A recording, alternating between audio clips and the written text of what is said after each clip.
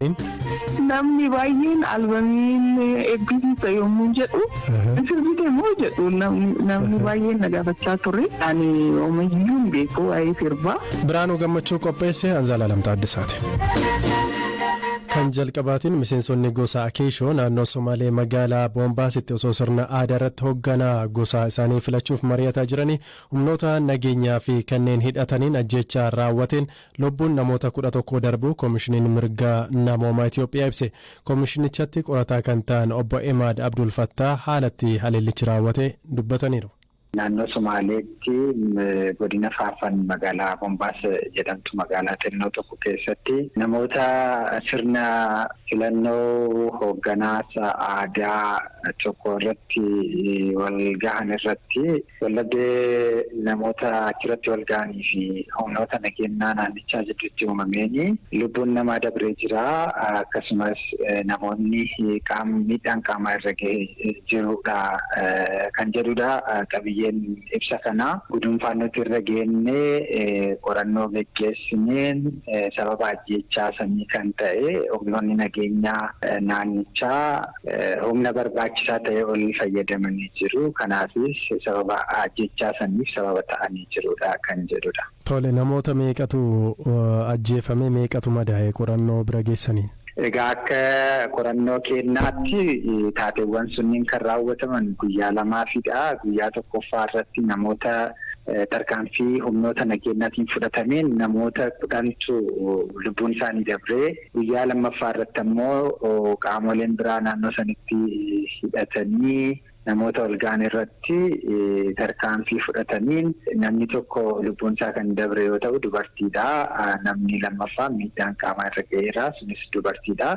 Namootni biroo immoo miidhaan qaamaa salphaa ta'e namoonni 11 ta'an biroo miidhaan irra ga'ee jira jechaadha. Tole, dhaabbanni keessan qorannoo kanaatiin ifa gochuu yookaan uummatatti ibsuurra kan darbe akka sirratuuf yookaan tarkaanfiin fudhatuuf maal hojjeta cimsee sarbama mirga namoomaa irra deddeebi'ee biyyattii keessatti mudatuuf? Egaa nuti taatee kanaan wal qabatee mootummaa naannoo Somaalee wajjin walitti dubbachuutti turre. Mootummaan naannoo Somaalee kanumarraa ka'eetu namoota maatii namoota lubbuun isaanii dabree fi akkasumas miidhaan qaamaa irra ga'eef kaasaa kanfalee jira. Mootummaan naannichaa kaasaa kanfaluun dabalatatti namoota dhimma kana raawwatan gochaa kana raawwatan qaamolee nageenyaatii fi qaamolee nageenyaas kan hin ta'in irratti qorannoon gaggeeffamee adabbiin yakkaa irratti akka fudhatamu kan jedhudha kan nuti goone jechaadha.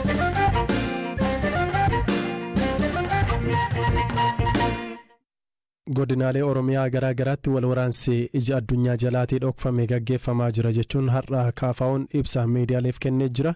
Ajjeechaan jumlaa lammiilee nagaa irratti raawwatamanii fi raawwatamaa jiran qaama idil addunyaa bilisa ta'een akka qoratamus paartiin kun gaafatee jira. Ibsa miidiyaa paartiin KFO kennee waa'illikoo Habtaamuu Xibabuu hordofee ture. Mee Habtaamuu, dhimma nageenya naannoo Oromiyaa irratti qabxiiwwan kan gabaabsee nutti himi? Galatoomii Zalaalama akkumaati jettee dhimmoota ijoo Koongireesiin Federaalawaa Oromoo ibsa isaa har'aa keessatti kaasee keessaa inni tokko haala nageenyaa diinagdee naannoo Oromiyaa keessa jirudha kan biyyattis kaasee jira. Keessattuu haala naannoo Oromiyaa ilaalchisee yeroo ammaa kanatti godinaalee naannichaa garaagaraa keessatti wal waraansi ija addunyaarraa dhokatee adeemsifamaa jira jechuudhaan kan dhaabichi kaasee keessattuu ijoota muraasa darban keessatti naannoo Oromiyaa keessatti jechuudha lammiileen nagaa 297 ol ajjeefamuu 500 ol kan ta'an immoo sababa waraanaatiin buqqa'uu isaaniiti kan hime. Kana malee immoo namoonni ajaja mana murtii malee ni hidhamuu, hiraarsis irratti gaggeeffamaa, kaan immoo ajaja mana murtii malee ni ajjeefamuu, akkasumas ukaanfamanii kan dhabamsiifamanis ni jiru jechuudhaan Koongireesiin Federaalawaa Oromoo ibsasaa har'aa keessatti himeeti kan jiru. Akkasumas immoo wal waraansi naannicha keessatti adeemsifamaa jira. Kun hatattamaan yoo furmaata argate malee haala nageenyaa biyyattiidhaafis akkasumas diinagdee biyyattiidhaaf caalmaatti rakkoo kan uumudha jechuudhaan dhaabichi himeera. Kanaafis wal waraansi dhaabbatee rakkoolee jiran gama marii siyaasaatiin furamuu qabu jedhee jira. Kana malees ajjechaan jumlaa naannicha keessatti raawwatamaa jira kan jedhe KFO'n ajjechaa lammiilee nagaa irratti raawwatamaa jiru kana qaamni idil addunyaa kan bilisa ta'e qorachuu qaba. Kana malees immoo kunneen ajjecha kana raawwatanis seeratti dhiyaachuu qabu jechuudhaan gaafateera jechuudha. Tole galatoome Abtaamu, mee gama marii biyyaalessaatiin yaadota akkamiitu ibsa kanarratti ka'e? Eeyyeen Zalaalam, KFO'n komishinii marii biyyaalessaa ijaaramee jiru ilaalchisee komishinichis ta'ee adeemsi isaa walabaa fi hirmaachisaa miti jechuudhaan kan isaan kaasanii marii biyyaalessaa dhuga qabeessa ta'e adeemsisuudhaaf immoo qaamoleen hidhatanii bosona jiranis irratti hirmaachuu qabu. Akkasumas marichi walitti bu'iinsa biyyattii keessa jiru dhaabsisuu kan danda'u, nageenya fi dimokiraasii fiduu kan danda'u, akkasumas immoo jijjiirama siyaasaa aangoo dabalatee jechuudha biyyattii keessatti fiduu kan danda'u ta'uu qaba jechuudhaan dhaabichi kaasee jira. Dhimma kanarratti durataan paartichaa ፕሮፌሰር መረራ ጉዲና ዋን ዱበታን ያደገኝ ፈረንጆች ይሄ አሁን ያለውን ኮሚሽነር ዴድ ኦን አራይቫል ላይ የሚሉት ነገር አለ። ኮሚሽኒን ኩኒ ኢሳ ኦሶ እንደለቲን ዱይ jedhamudha. Wantoota bu'uuraa ta'an lama furaa hin jiru. Tokkoffaan hirmaachisaa miti. Akka qaama sadaffaatti bilisa ta'ee kan araarsu kan akka waliif galan taasisus miti. Qaama sadaffaa kan jedhu kun aadaa keenya keessa miti kan jedhu ni dhageenya. Akka aadaa keenyaattis jaarsa kan lakkaawwatu qaama lamaanidha. Qaama tokko qofaa miti. Kun kanas hin guutu. Yoo qaamni tokko jaarsa isaa qabatee dhufe qaama hundaaf bilisaan walqixa murtee kennuu hin danda'u. Kanaaf komishiniin ammaa kun rakkoo bu'uuraa kana qaba. Nuti callisnee miti. Nagaa waan barbaannuuf isa bosona deeme dabalatee hirmaachisuu qaba jenna. Nuti eenyu mo'atee qofa laalla miti. Nagaa barbaanna. Tarii warri 4 kiiloo jiran eenyutu mo'ate kan jedhu isaa yaaddessuu mala ta'a.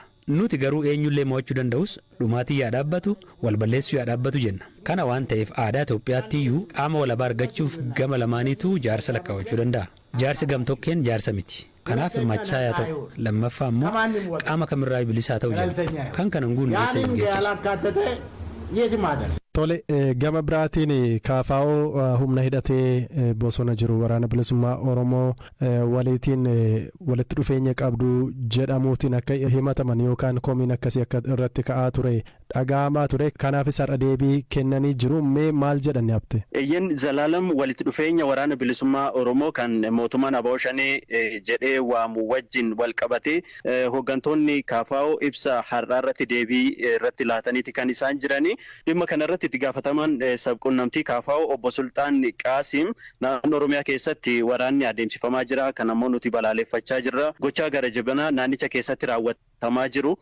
Badii aangoonni raawwatan saaxiluu keenyanii ololli kan nurratti adeemaa jiru jechuudhaan kan isaan dubbatanii. Barreessaan olaanaa dhaabichaa obbo Xuruunaa Gamtaanis dhaabni isaanii waraana bilisummaa Oromoo wajjin hidhata akka hin qabne dubbataniiru. Yaada isaanii dhageenya. Waboo wajjin hidhata qabdu lakki hidhata hin qabnu.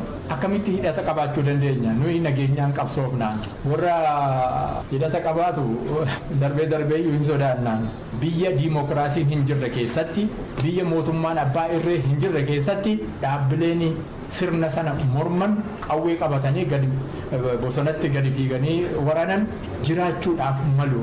Kanaaf biyya keenya keessatti diimokiraasiin ijaaramuutu irra jira. Yeroo sana diimokiraasiidhaanii warran hin qabsoofne yoo argine ummatiyyuu of keessaa baasa.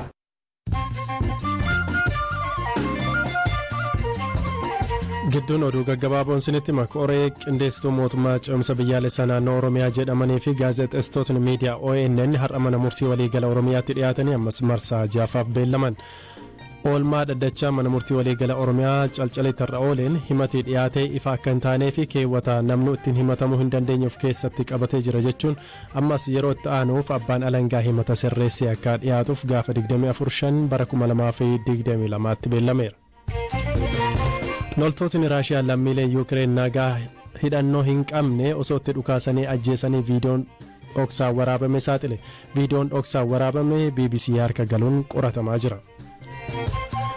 Raashiyaan biyyi ollaa ishee Fiinlaand miseensa waldaa waraanaa kaaba Atlaantik neetoo yoo taate tarkaanfiin fudhadha jechuun akeekkachiifte. Ministeerri dhimma alaa Raashiyaa tarkaanfiin Fiinlaand kun hariiroo biyyoota lamaanii miidhuu irra darbe nageenyaa fi tasgabbii kaaba Awurooppaaf yaaddoodhas jedheera.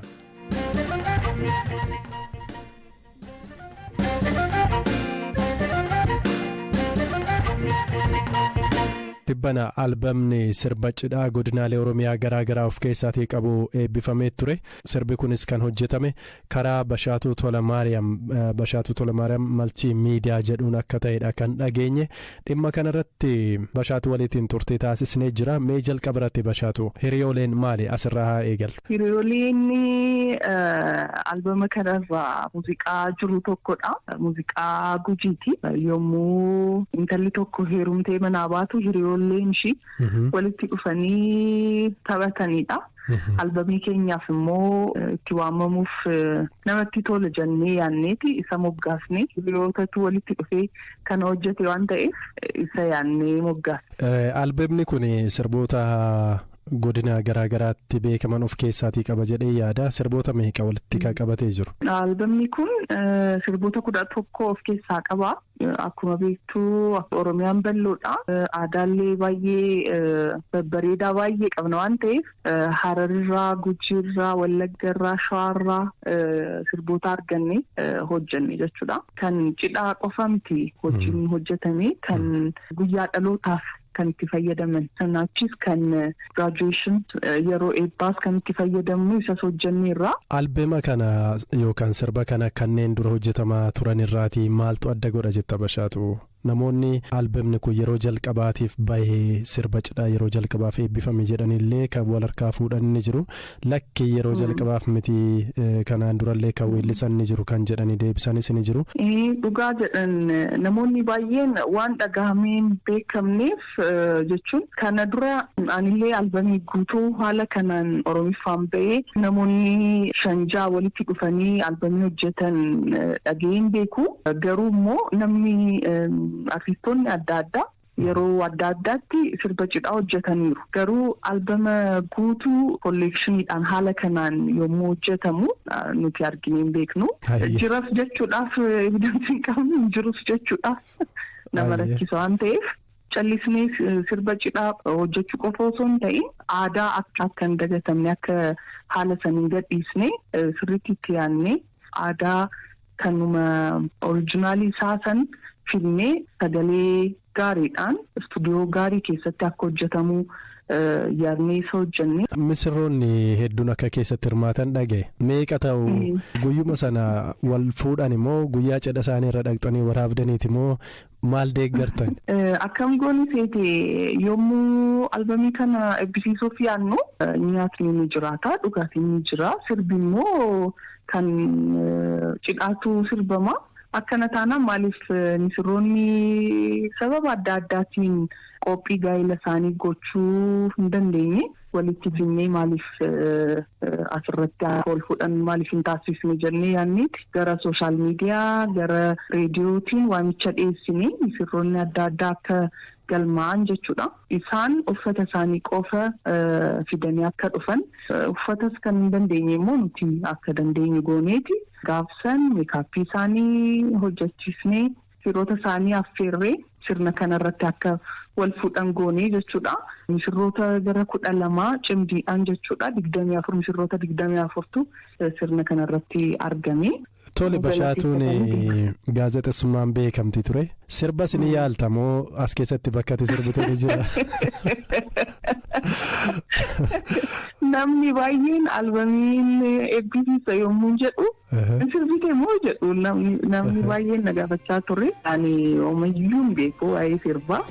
Kabajamtoota dhaggeeffattoota keenya sagantaa galgala kanaaf qopheessinee asumarratti xumurree jirra. Taphni Arsenaaliif Tootenaam gidduutti har'a gaggeeffamu sadarkaa arfaffaan xumuruuf haalaan kan eegamu ta'a. Saganticha kan qopheesse Biraanuu Gammachuu ture kan isiniif dhiyeessan Zalaalam Taaddasaati. Halkan gaarii.